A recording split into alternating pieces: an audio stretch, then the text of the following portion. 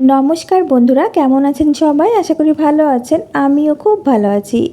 আজ আমি আপনাদের সাথে শেয়ার করব ভিন্ন স্বাদের নাড়ুর রেসিপি। সামনেই তো লক্ষ্মী পুজো, তো খুব সহজে বাড়িতে এই নাড়ুটি তৈরি করে নিতে পারবেন। একবার খেলে স্বাদ মুখে লেগে থাকবে, এতটাই ভালো হয় খেতে। তো চলুন বেশি কথা না বাড়িয়ে আপনাদের সাথে এই নাড়ুর রেসিপিটা শেয়ার করে নিই। আজকের নাড়ু আমি তৈরি করব দুধ দিয়ে। তার জন্য চুলার ফ্লেম অন করে দিয়ে কড়াইতে বসিয়ে দিয়েছি 1 লিটার লিকুইড দুধ। লিকুইড দুধ না থাকলে আপনারা গুঁড়ো দুধ গুলে নিয়েও এই নাড়ুটি তৈরি করে নিতে পারেন। তাছাড়া লিকুইড দুধ আর গুঁড়ো দুধ একসাথে মিশিয়ে নিয়ে তৈরি করলে কিন্তু খেতে আরও বেশি ভালো লাগে। মিডিয়াম ফ্লেমে রেখে এইভাবে নেড়ে যেতে হবে, তা না হলে নিচেই লেগে যেতে পারে।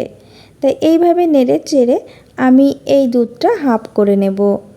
দুধ জাল করে আমি হাফ করে নিয়েছি। এখন আমি এর মধ্যে দিয়ে দেব একটি বড় সাইজের বাটি মেপে 1 বাটি চিনি। চিনির পরিবর্তে আপনারা গুঁড়ো ব্যবহার করতে পারেন। চিনি গলতে শুরু করেছে, আর এই ঘন দুধ কিন্তু চিনি গলে যাওয়ার কারণে পাতলা হতে শুরু করেছে।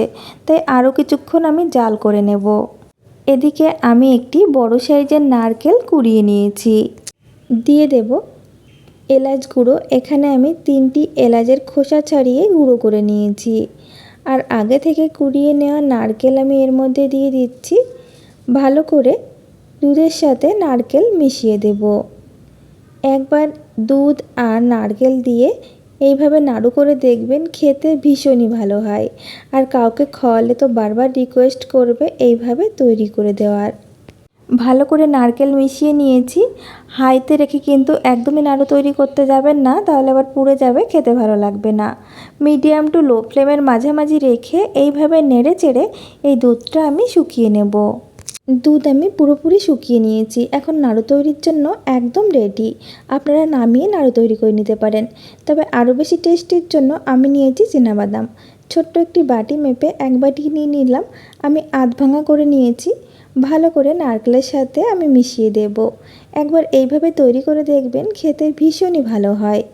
এইভাবে মিশিয়ে নিয়ে আমি নামিয়ে নেব। নাড়ুগুলো কিন্তু গরম গরম তৈরি করে নিতে হবে, তা নাহলে আবার ঠান্ডা হলে তৈরি করা যাবে না। হাতে কিছুটা ঘি লাগিয়ে নিচ্ছি যাতে তৈরি করতে সুবিধা হয়, তৈরি করার সময় যাতে হাতে লেগে না যায়।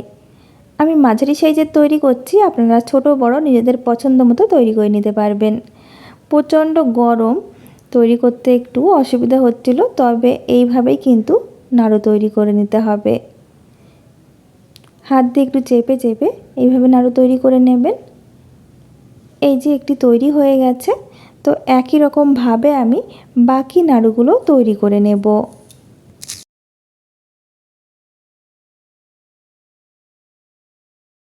একই রকমভাবে সব নাড়ুগুলো আমি তৈরি করে নিয়েছি।